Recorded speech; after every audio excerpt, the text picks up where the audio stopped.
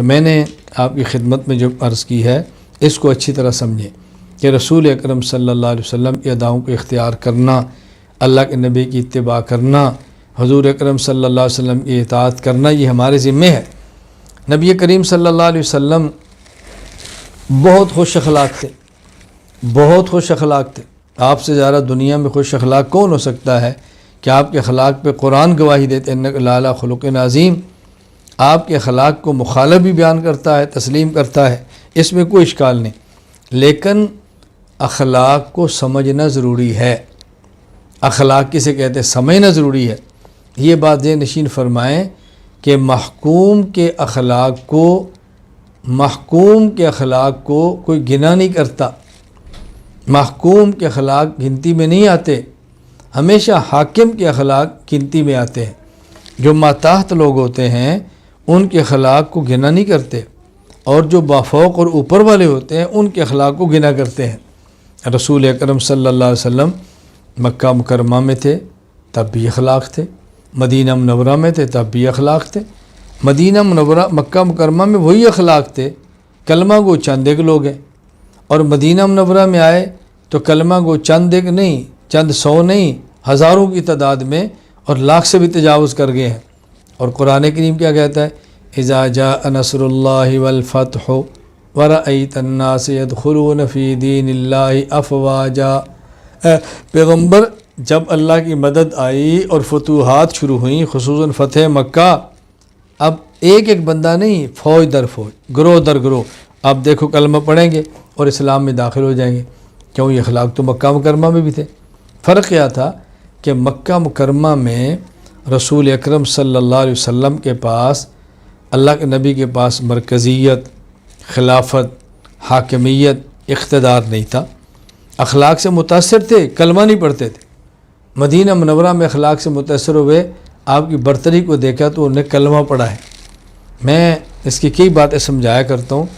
لوگ کہتے ہیں جی حضرت عمر بن خطاب رضی اللہ تعالیٰ عنہ آپ کے پاس ایران کا شہزادہ آیا، جو واقعہ بیان کیا جاتا ہے، شہزادہ آیا، حضرت عمر کی خدمت میں پیش کیا، اس کو قتل کرنا تھا، تو اس نے کہا جی مجھے اپنے امیر المومنین کے پاس لے کر چلو، میں نے ایک بات کہنی ہے۔ حضرت عمر کی خدمت میں عرض کیا، فرمایا لے آؤ۔ پھر جب ان کے پاس آیا بات کرنے کے لیے تو اس نے کہا جی میں پانی پینا چاہتا ہوں۔ آپ نے فرمایا اس کو پانی دے دو۔ جب پانی پیالے میں دیا، اس نے کہا جی مجھے ڈر ہے کہ میں پیالے میں پانی پینے لگوں تو میری گردن نہ اڑا دو۔ حضرت عمر نے فرمایا نہیں، جب تک تو پانی پیے گا تجھے ماریں گے نہیں۔ تو اس نے جب یہ بات سنی تو اس نے پانی گرا دیا۔ کہا تو نے کیا کیا؟ کہا جی میں نے سنا ہے کہ مسلمان جو ہیں وہ سچ بولتے ہیں اور اپنے وعدے پر وفا کرتے ہیں، تو آپ نے فرمایا جب تک تو پانی نہیں پیے گا تجھے ماریں گے نہیں۔ اب تو پانی میں پی نہیں سکتا، نہ پیوں گا، مجھے آپ کبھی بھی ماریں گے۔ اور فرمایا کہ جاؤ، تمہیں چھوڑ دیا۔ تو کہتے ہیں اس نے فوراً کلمہ پڑھ لیا۔ دیکھو عمر کے اخلاق سے متاثر ہوا، کلمہ پڑھ لیا۔ معلوم ہو کہ لوگ اخلاق سے کلمہ پڑھتے ہیں۔ میں نے کہا شہزادے کو حضرت عمر تک لایا کون تھا؟ حضرت عمر کے دربار تک لایا کون تھا؟ پہلے یہ وہاں سے گرفتار ہوا ہے، طاقت کے ساتھ یہاں کو لایا گیا، حضرت عمر کے سامنے پیش کیا گیا، اب اس نے اخلاق کو دیکھا ہے تو کلمہ پڑھا۔ کیوں؟ حضرت عمر گردن کاٹ سکتے تھے اور نہیں کاٹی، اب کلمہ پڑھا۔ اگر کاٹ ہی نہ سکتے اور پھر نہ کاٹتے تو میں دیکھتا ہے کیسے کلمہ پڑھتا ہے۔ حضرت علی رضی اللہ تعالیٰ کا واقعہ پیش کیا جاتا ہے کہ حضرت علی رضی اللہ تعالیٰ کے ہاتھ ایک یہودی چڑھ گیا میدان جنگ میں، وہ نیچے گرا ہے، آپ اس کے سینے پر ہیں، اس کی گردن کاٹنے لگے ہیں، اس نے نیچے سے ان کے منہ پر تھوک دیا۔ حضرت علی نے اس کو چھوڑ دیا۔ کہا جی کیوں چھوڑا ہے؟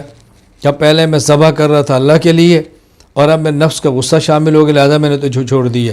اس نے ان کی اخلاق دیکھے تو کلمہ پڑھا، پتہ چلا کہ بندہ اخلاق سے کلمہ پڑھتے ہیں۔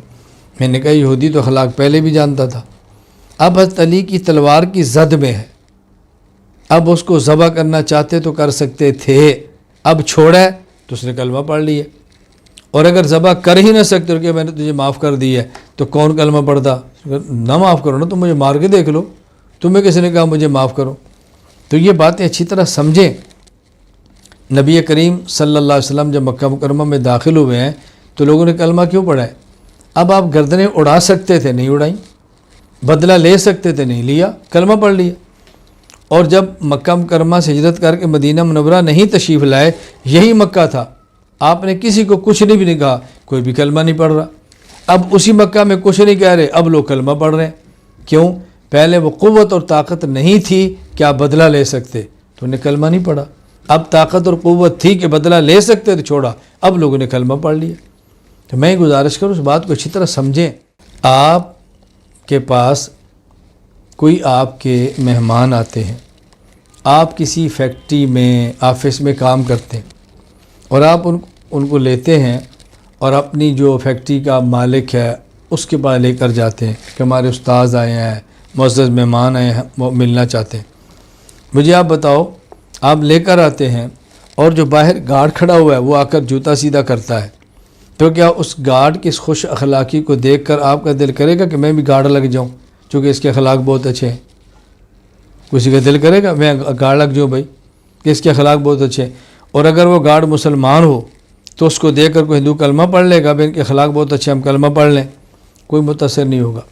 وہ سمجھیں کہ نوکر ہے، ٹی سی کر رہے ہیں، اس کا کام کیا سوائے جوتے سیدھے کرنے کے۔ لیکن اگر آپ لے کر جائیں اپنے کسی بڑے کو اور جو مل کا مالک ہے، فیکٹری کا مالک، وہ آئے دروازہ خود کھولے اور آپ کے بڑے کے جوتے سیدھے کرے تو پوری فیکٹری میں دھوم بچ جائے گی، یار کیا سیٹ ہے، یار کیا خوش اخلاق، کیسے اس نے بچوں کے جوتے، حضرت کے جوتے سیدھے کیے۔ اب اس کو دیکھ کر اگر مسلمان ہے تو کئی لوگ کلمہ پڑھیں گے کہ یار مسلمان ایسے بھی ہوتے ہیں۔ تو میں صرف گزارش کر رہا ہوں، اخلاق کا عمدہ ہونا بہت ضروری ہے، لیکن یہ جو ہم کہتے ہیں نا کہ اخلاق سے اس دین پھیلتا ہے، یہ تب ہے جب آپ حاکمیت پر ہوں۔ محکوم کے اخلاق کو دیکھ کر لوگ کلمے نہیں پڑھا کرتے، حاکم اور برسر اقتدار اور بڑے لوگوں کو دیکھ کر کلمہ پڑھا کرتے ہیں۔